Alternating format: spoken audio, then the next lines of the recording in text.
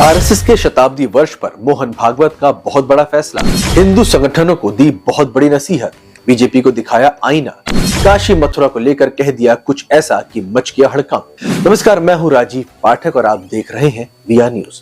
दोस्तों, ये तो पहले से ही कहा जा रहा था कि राष्ट्रीय स्वयंसेवक संघ अपने शताब्दी वर्ष पर कुछ बड़ा और धमाकेदार करेगा। उम्मीद इस बात की जताई जा रही थी कि कट्टर हिंदुत्व को लेकर कोई बहुत बड़ा फैसला लिया जा सकता है, लेकिन मोहन भागवत ने पूरा खेल ही अचानक पलट दिया। बड़ी खबर निकलकर सामने आ रही है कि ये संघ में एक नए युग की शुरुआत है। सर संघचालक ने ऐसा क्या कह दिया कि पूरे देश में आरएसएस को लेकर हड़कंप मच गया है और इसका सीधा संबंध पीएम मोदी और सीएम योगी से है। हम आपको आगे अपने 8 मिनट की इस रिपोर्ट में बताएंगे। साथ ही इस पर भी चर्चा करेंगे कि मोहन भागवत के नए आदर्श से भारत को एकता, समावेशिता और विश्व गुरु के रूप में स्थापित करने की दिशा में एक ऐसा कदम मजबूती के तौर पर बताया जा रहा है जो कि पहले अभी तक नहीं हुआ था। दोस्तों, राष्ट्रीय स्वयंसेवक संघ यानी कि आरएसएस, जिसकी स्थापना 1925 में डॉक्टर केशव बलिराम हेडगेवार ने की थी, आज अपने 100वें वर्ष में एक वैश्विक संगठन के रूप में उभर रहा है। ये संगठन केवल हिंदू समाज को संगठित करने तक सीमित नहीं रहा, बल्कि राष्ट्र निर्माण और सामाजिक एकता के लिए निरंतर कार्यरत है। मोहन भागवत, जो 2009 से संघ के सर संघचालक हैं, ने इस शताब्दी वर्ष में संगठन को एक नई दिशा दी है जो आधुनिक भारत की जरूरतों के अनुरूप है।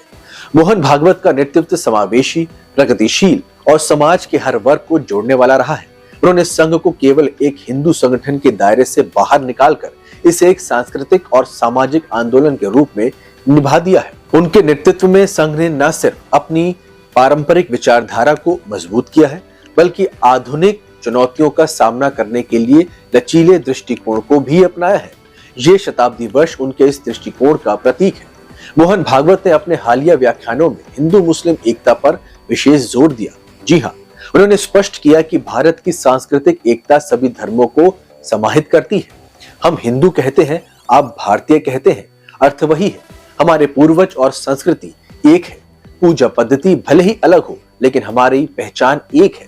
भागवत ने कहा, यह बयान न केवल सांप्रदायिक सद्भाव को बढ़ाता है, बल्कि उनकी ताकतों को चुनौती भी देता है जो धार्मिक आधार पर समाज को विभाजित यानी कि बांटने का प्रयास कर रहे हैं। देश में हिंदू मुस्लिम राजनीति से उत्पन्न सांप्रदायिकता को खत्म करने के लिए मोहन भागवत का दृष्टिकोण अत्यंत महत्वपूर्ण है। उन्होंने कहा कि हमें विश्व को दिखाना है कि हम एक साथ हैं और एक साथ ही रह सकते हैं। ये संदेश उन लोगों के लिए एक जवाब है जो मंदिर मस्जिद के विवादों को हवा देकर सामाजिक एकता को कमजोर करना चाहते हैं। भागवत की ये अपील भारत को विश्व गुरु बनाने की दिशा में एक मजबूत कदम है। मोहन भागवत ने स्पष्ट किया कि राम मंदिर आंदोलन में संघ की सक्रिय भागीदारी थी, लेकिन अब काशी और मथुरा जैसे मुद्दों पर संघ प्रत्यक्ष रूप से हिस्सा नहीं लेगा।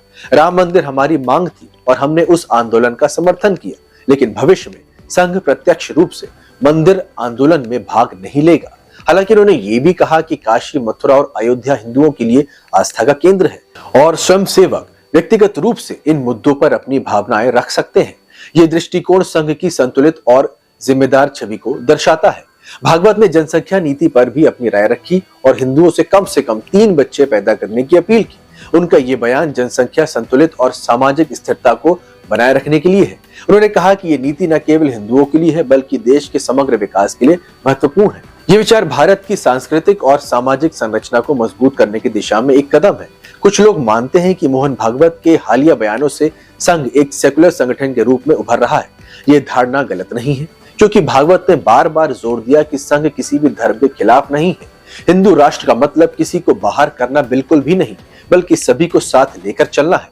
उन्होंने कहा कि ये दृष्टिकोण संघ को एक नए समावेशी संगठन के रूप में प्रस्तुत करता है जो भारत की विविधता को सम्मान देता है।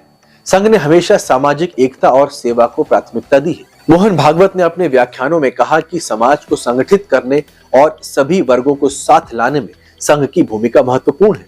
ग्रामीण क्षेत्रों में साझा मंदिरों, कुओं को और शमशान घाटों की स्थापना जैसे उन प्रोजेक्ट की जातिगत भेदभाव को कम करने और सामाजिक समरसता को बढ़ाने में सहायक है।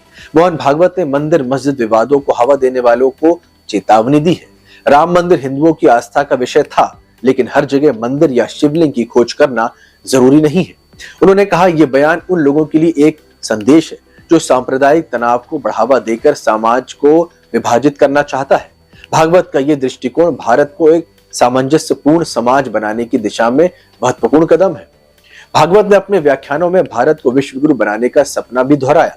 उन्होंने कहा कि भारत की सांस्कृतिक विरासत और समावेशी दृष्टिकोण इस विश्व नेतृत्व प्रदान करने में सक्षम बनाता है। हमारी संस्कृति हमें सभी को साथ लेना सिखाती है। हमें विश्व को ये दिखाना है कि हम एक साथ रह सकते हैं।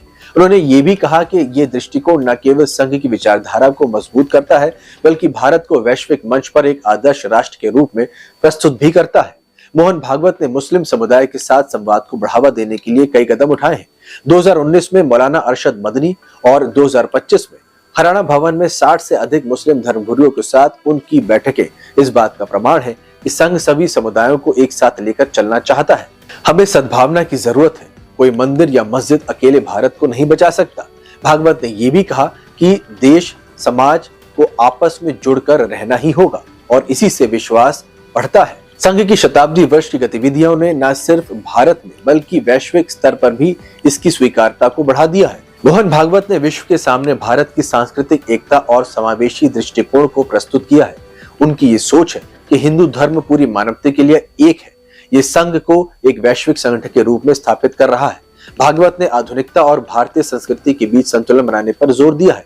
उन्होंने कहा कि तकनीक और आधुनिक शिक्षा का उपयोग मूल्यों और संस्कृति को संरक्षित करने के लिए होना चाहिए। हमें प्रेमचंद को भूलकर केवल ऑलिवर ट्विस्ट को नहीं पढ़ना। ये दृष्टिकोण युवा पीढ़ी को अपनी जड़ों से जोड़े रखने के लिए एक प्रयास है। हम शाखाएं चलाना जानते हैं और बीजेपी सरकार चलाना जानती है। हम केवल सुझाव देते हैं। ये बयान उन आलोचनाओं का जवाब है जो संघ को राजनीतिक संगठन के रूप में देखते हैं।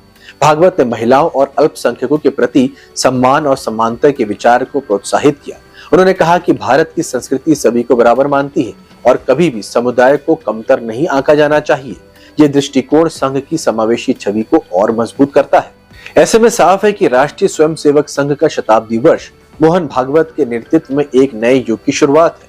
उनकी दूरदर्शी सोच, हिंदू मुस्लिम एकता, काशी मथुरा जैसे संवेदनशील मुद्दों पर संयम और जनसंख्या नीति जैसे विचारों ने संघ को एक समावेशी और प्रगतिशील संगठन के रूप में स्थापित किया है। ये नया दृष्टिकोण भारत को सांस्कृतिक और सामाजिक रूप से मजबूत करने के साथ साथ विश्व गुरु बनाने की दिशा में एक और महत्वपूर्ण कदम है। आपको क्या लगता है कि आरएसएस का बदला हुआ स्वरूप भारत को नई दिशा देगा या नहीं? आप अपनी राय हमें कमेंट के रूप में साझा कर सकते हैं। खबर सच्ची और अच्छी लगी हो तो लाइक शेयर जरूर करें और हमारे चैनल को सब्सक्राइब करें। जय हिंद।